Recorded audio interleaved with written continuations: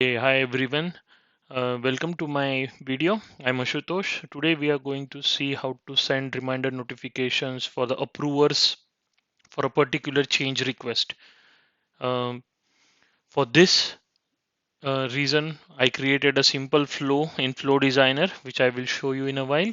Before going there, I would like to tell you that this is my YouTube channel. Please do subscribe and keep watching for the new videos.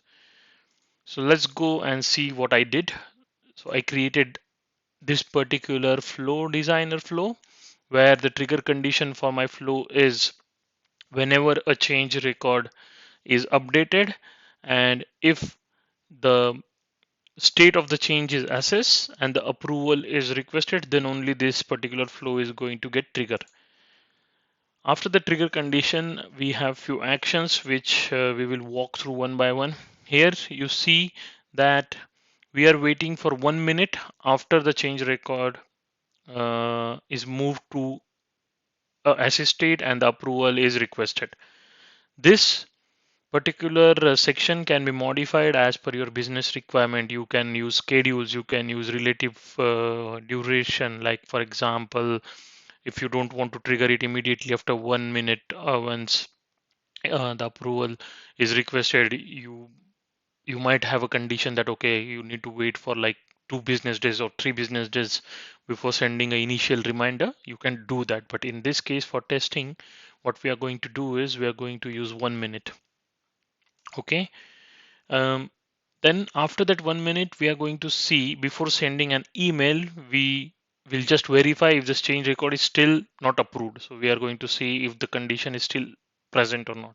If yes, if the condition matches, then go and loop through each approver record associated with this change request. For example, if there are 5 approvers for a change request, then it will loop through this particular or this particular step will give us 5 records. Okay, and here for each item in step number 2.1, meaning if we have 5 records, this particular section 2.2 and 2.2.1 will execute 5 times. Okay, we will see how it is executed. Then here we are going to again wait for 1 minute before sending a final reminder to the approvers. Here after that 1 minute we are again going to verify if the change record is really not approved and still it is in requested state. If yes, loop through the approvers, then again follow the same process what we did for initial reminder and then send the final reminder notifications. After that, we are going to give them a buffer of 1 minute in this case, but as I told you, you can always change this time to react on the final reminder. So we just want to give them the privilege that okay, you got a final reminder and now take an action on this. If they don't take any action on that particular final reminder, then we are going to reject or we are going to cancel the change and we are going to cancel all the approvals associated with this particular change record. To test this, what I will do is I will just simply go and create a change request here. Let's say create a normal change.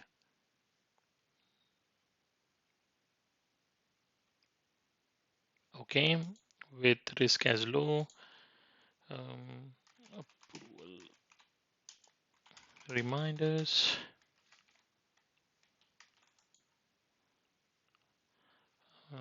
I'm going to select the assignment group so that the approval will go to the assignment group. I will save this. So you can still see our condition is not met because the state is still new. And if you look at the approval, it is still not requested. So what I will do is I will just request approval. Once I request the approval,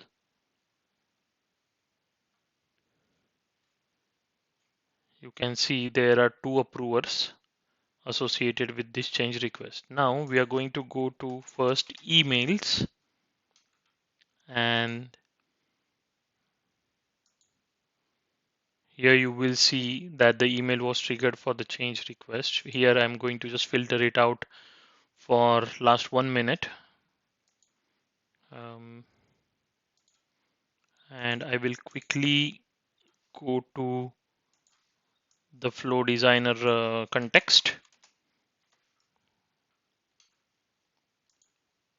so that I can show you how actually it executes. This is our context. I will open it in operator view.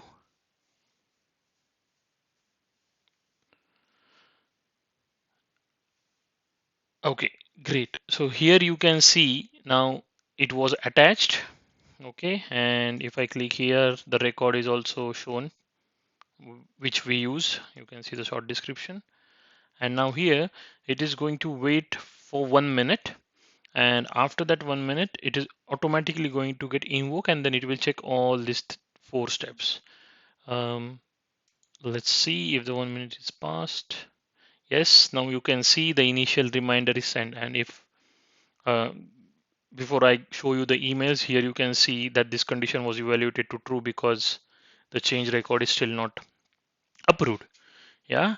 Um, so if I show you the email, you can see the approval reminder for this two approvers is triggered. And if you see, or if I preview,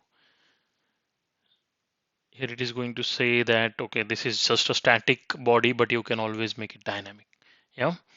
Um, now we are here, you can see it is going to wait for another 1 minute. It was here 20 to 33. Now here it is 20 to 34.